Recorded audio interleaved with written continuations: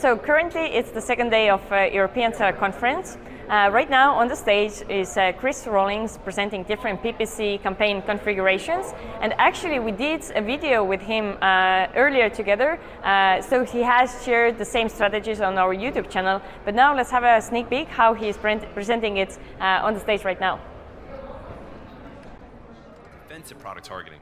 So coming back to this concentric circles thing, we always cringe when we hear sellers say, like, why would I advertise for my own branded keywords? They're already looking for my product. I don't want to pay for those clicks. Why would I advertise on my own listings? They're already on my listing. I don't want to pay more.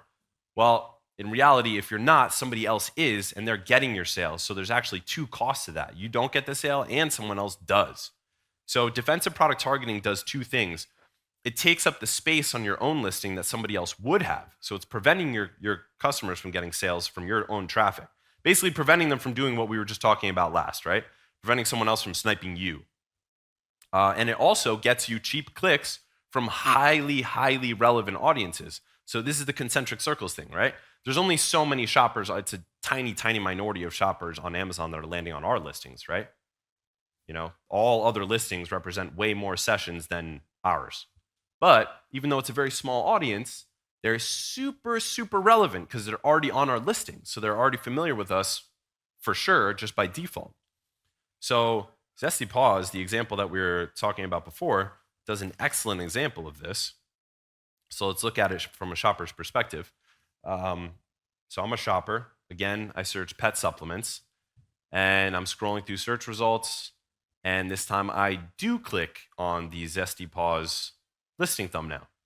Now that I'm on their listing, I'm going to see tons of other ads for the very same product, for the very same brand.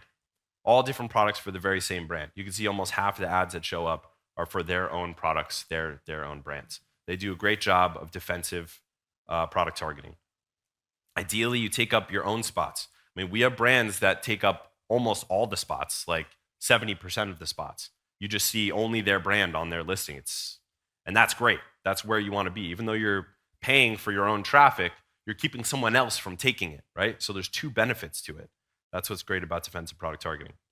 All right. Here's a super critical one. Single keyword ranking campaigns.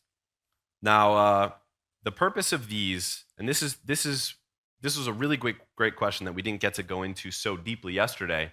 Yesterday, somebody asked, what KPIs do you measure when dealing with PPC?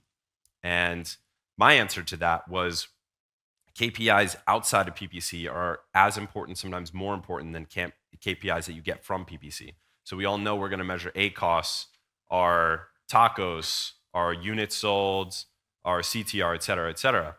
But there are other metrics that matter as well, like the primary keyword ranking, the organic keyword ranking for the keyword that you're targeting with the campaign, the conversion rate, and the search term-based conversion rate. Now that you have the search query report, you can get way more granular. So the way to measure the effectiveness of these campaigns is not what return are they giving me in my ad spend, not what the ACoS is. The way to measure the effectiveness of the campaign is what is my net loss from the campaign versus my net gain in ranking. So we actually measure the net margin loss from running a campaign. They're not going to be profitable most of the time when you're running a single keyword exact match campaign for a high volume keyword. Most of the time, the ACoS is going to be 50, 60, 70, 80, 90%, but you're gaining ranking from these sales. And that's the whole point. The point isn't profit. So the way you measure the result has to be different. So, all right, I realized that I'm skipping over how to set these up. So to set up a single keyword ranking campaign, we go to manual targeting. We go to keyword targeting, single keyword, click exact match, start lower than the suggested bid, and then the main thing that you're going to do is continuously adjust the bid as time goes on based on your placement percentage. But the important thing here is to use the top of search bid adjuster because you're going for top of search in this case. That's the whole point of this campaign. Other campaigns, you'll be going for product pages, and that's fine. But the top of search bid adjuster, what it does is it allows Amazon to show more, to bid higher on the top of search placement than it does on the product pages, because Amazon can show any sponsored product placement ad on anywhere. it's kind of annoying, honestly. You're targeting keywords and it's just showing them on pages. It'd be better if we had granular control over it, but that's how Amazon does it. So you can go up to 900%. In all honesty, again, we're seeing that Amazon doesn't respond to this as well as it used to. I think last year, you could put a 900% top of search bid adjuster and you would get a huge amount of your impressions coming from top of search. Now Amazon is dialing that back a little bit, but you still have control over it with this. So this allows you to control how much of your placements come from product pages versus top of search. And that's why we start with a bit of a lower bid so that we can up it for the top of search placements. So that's how to set these up. And these are particularly for ranking, guys. That's the point. We'll get to questions right at the end, bro. Yeah. Okay, cool. Now we'll talk about new keyword discovery campaigns. So these campaigns, again, have a different goal. We're not going to measure them with ACoS. We're not going to measure them with tacos. We're measuring them with data. So how much data do we get back from the campaign versus how much do we spend? And so you guys know these as auto campaigns, but there are a few best practices that we like to take into consideration that I'm going to share with you guys in the setup. So the point of these, uncover new keywords that are converting well now. So you did your keyword research in the beginning, and that's great. You use that for your launch phase, but then once you start selling, you want to continuously be uncovering new keywords, and that's where the new keyword discovery campaigns come into play.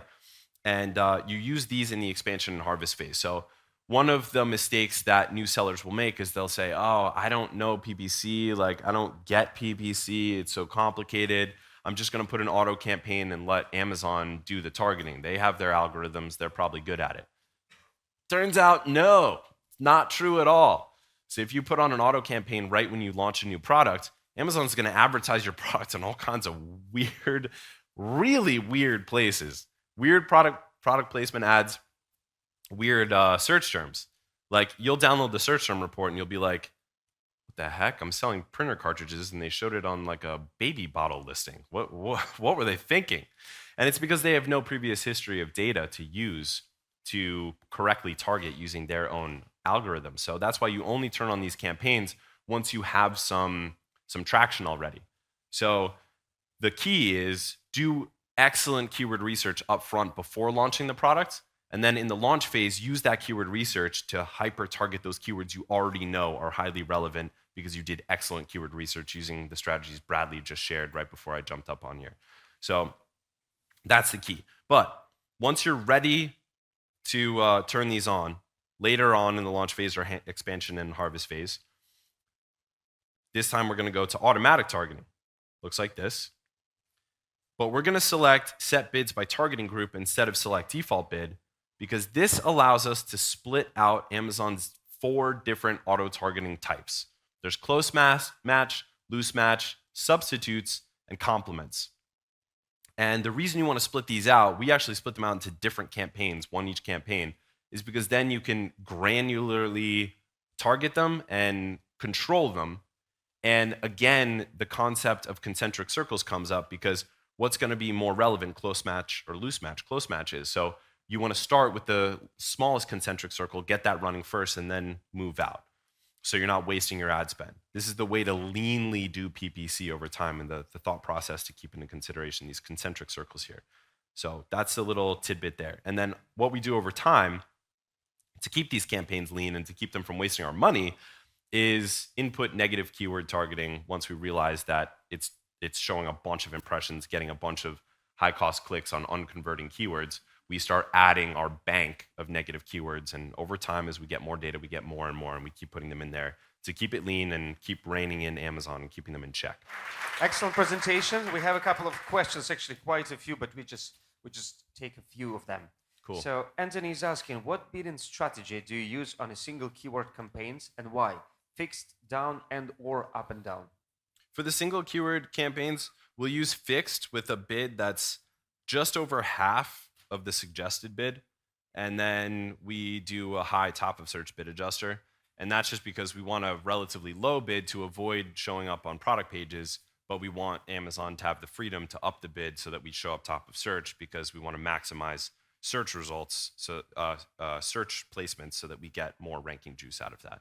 But again, as George mentioned last night, product page placements do drive ranking as well.